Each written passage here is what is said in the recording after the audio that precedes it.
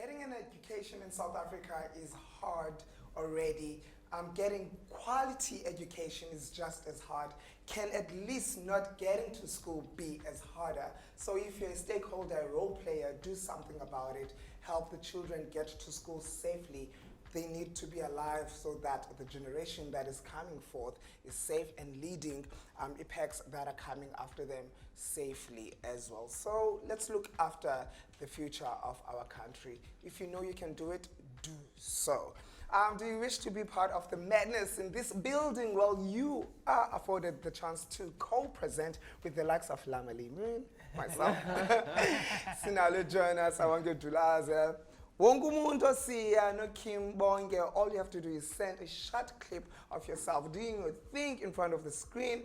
And if you like it, and we like you, who knows, you could be part of the team hosting the Friday show. We are asking for guest presenters so that you are able to show the community that you are also talented, and maybe your first step of TV making could start here on Cape Town TV. Follow us on Twitter, it's Ekse_live. On Facebook, it's Ekse on Cape Town TV. That number to dial is 021-448-0448. If you just joined us, welcome to the biggest show in the motherland. We're hectic 9 million times than any other show in South Africa. And the hashtag to use today is hashtag Talk Thursday. People that are making an amicable change kwi-community zethu zii-bookworms ezivela kwa-help to read. Abantu schools that are more than 200 benefited from this, and they've reached children that are more than 17,000. Can you believe it? So communities as a disadvantage, raise illiteracy, one literacy lesson at a time. Talking to us is Lynn, who is a managing director from Help to Read, and she's on the yellow couches. Welcome to the show. Good afternoon. Thank you for joining us. Thank you very much. Where are your books? You know, I'm coming back again. Oh, good stuff. Yes, stuff. I'm coming back with books, and We are book addicts. So. You know? Good. Yeah. Good. yeah. Thank you so much for joining us on the show. How are you? I'm absolutely great. It's Yeah. If you could just put your mic up a little. I There you love go. the vibe Yeah. here in your studios, and I love your excitement, and I love to hear the word bookworm. Right. So that is awesome. So yes, if you'll have us back, we'll certainly come back Definitely. with lots more books. As long as you bring books. Lynn, Yes. tell us about Help to Read. When did this organization begin and why? Why? It began in 2006 when our founder, Alex Moss, came out from the UK, where he'd been doing volunteering in inner city schools in London. And he came out here to South Africa, and he saw South African children, and particularly at Muizenberg Primary, that weren't able to read. So he started the organization in order to help learners who'd fallen behind. And it's just grown from there. So the first school on the program was Muizenberg Junior, Yeah. and it's still on the program. So children in schools Yes. were not able to read. Children in schools, in classes, in particular grades 2, 3, and 4. Madness, I tell you. And that's where our focus is. In those early grades where children are starting to read, and you know, when you can't read, you sometimes feel as if you want to climb into yourself and Yeah. disappear into yourself. So if you walk around the streets, you can't read street signs. Yeah. You can't read anything around you, and a child's self-esteem just really disappears. And so that's where Help to Read comes in. We take learners in grades 2, 3, and 4 twice a week for half an hour, and we do one-on-one sessions with them. Okay. And we read, and read some more. I like the concept that it's a one-on-one. It eliminates the pressures of other kids being present. Yes. You mentioned the work that you do at the Muizenberg Primary School. Tell me some of the programs that are within Help to Read. Right, we have one base program, and that's the one I've been talking about now, the Volunteer Reader Helper program, where we take learners out during the school day for those half an hour twice a week. And we either have a volunteer, so anybody, and this is where we appeal to youth that are around the schools in the peninsula to come and assist us to work with learners for those 2 half an hours every week. what really excites us and what's really it just answers all the questions about youth unemployment, because we have not only volunteers delivering the program, but we have what we call literacy tutors in schools in the Western Cape as well as in Gauteng. And those literacy tutors spend the whole day, every day, 5 days a week, for 8 months of the year, working one-on-one with the learners. Nice.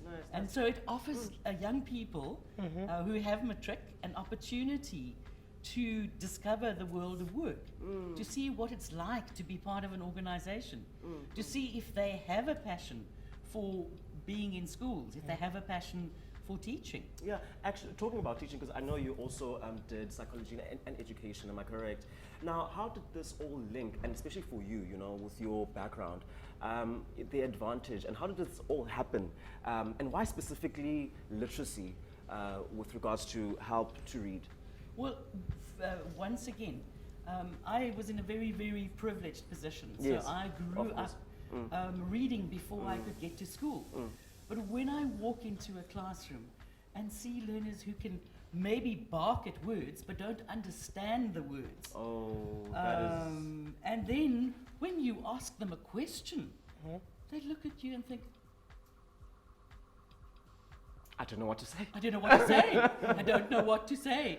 And so the whole idea is to change a learner's attitude to that print, that it makes meaning, but that also gives, you know, when you look at a child, when you look at, if you can't read, you can't do geography, you can't do mathematics even. Yeah. So you really are looking at the basics for learning. And this is where Help to Read comes in and makes the difference. We don't teach reading. That's taught in the classroom. Our volunteers and our literacy tutors give those children who've fallen behind the opportunity to discover the skills they've learnt in the classroom and to practice them. And the whole idea of hearing those words, hearing the rhyme, the rhythm, and the meaning in the words. That's what that one-on-one intervention, that's where it really makes the difference. I'm just a bookworm, so... Different communities have different first languages, so I want to find out, do you also teach them how to read in isiXhosa, Afrikaans, and then English? Because English for abantu abaninzi is the second language. And if you go to Gauteng, then you find isiZulu, Setswana, Sesotho and stuff like that. No, in our classrooms in the Western Cape, you can have about 10 or 11 languages at the same time. Wow. Wonderful. So what we do at Help to Read, we focus on English. Okay. But that's why we only work with learners who've got to grade 2. Okay. Because they learned how to read in the mother tongue, the language of instruction. Yeah. And once they've acquired those skills, it's far easier to put it into practice, and that's what we do. Practice. Reading in English. Speaking of your mother tongue, how important are parentals when it comes to giving the skill of reading to Oh, children? that is incredibly important. And it doesn't matter if you yourself aren't a good reader. Sure. But parents walking down the road can read with their children, so they can read the road signs. Sure, like we are about to cross the road now, but stop, because it says stop. Exactly. S-T-O-P. Exactly. Yeah. So if we come from communities where there isn't a print-rich environment, the whole community becomes the books that you read. So that's the start. And parents mustn't think that children are far too young to read. From the time that child is born, you can start talking to them, telling them stories, talking about pictures. And it's all about that communication and establishing that love of words. So it doesn't matter whether it's in Xhosa, whether it's in Afrikaans, whether it's in Sotho, whether it's in Tswana, it doesn't matter. I love I see the Judge passion. saying that they're never too young for you to speak to them, because I get irritated when you try to be cute with a child and you speak gibberish. Those are not real words. Speak to the child. Do you want a lollipop? It's not a nani now. Absolutely, yes, just talk to them, tell them stories, read to them, read. Yeah. Even if it is reading the newspaper, Yeah. even if it's reading an advert, it's absolutely imperative to start. I really, from really reading. admire your passion. Do you think the government is doing enough to encourage reading, or maybe the schools themselves, do they do enough to encourage reading? Well, we've got a magnificent literacy strategy that is coming from the National Department of Education, and the Western Cape Education Department is launching that literacy strategy in February next year. But all the non-profit organizations, government officials, have just been together at a meeting. In fact, it was last week out in Somerset West, where we talked about how we can make every child, give every child opportunity to be literate by the end of the foundation phase. Before we quickly go, how can one get involved? Because I'm very interested. Yes, well, go to our website, help to Number read. 2. Okay. .org, Okay. and you'll see about all the opportunities for volunteering, part-time volunteering, or young people out there. We're starting new programs in February next year, but we'll be recruiting in Cape Town and in Johannesburg for new literacy tutors at the beginning of the year. Go to our website, and email is info@helptoread.org. Pop us an email, give us, And we'll take it from there. and we'll take it from there. Okay, great. Lynn, what's your take on the education crisis in South Africa? Because the reason the grade 2s and grade 3s and grade 4s are not able to read is because of the crisis. We cannot close our eyes and pretend as if it's not happening. It is. Yeah. We have a crisis. We have a crisis, Yeah. yes, because in international studies it shows that we're far, far, far behind other developing countries. But really, we can't keep talking about the crisis. We've got to do something. Yes. And that's where we start. Parents start talking proper language to Yes. your children. Not Exactly. Stop. Yeah. Yes. So it's every single one of our responsibilities to do something small. And remember, one story can make a difference.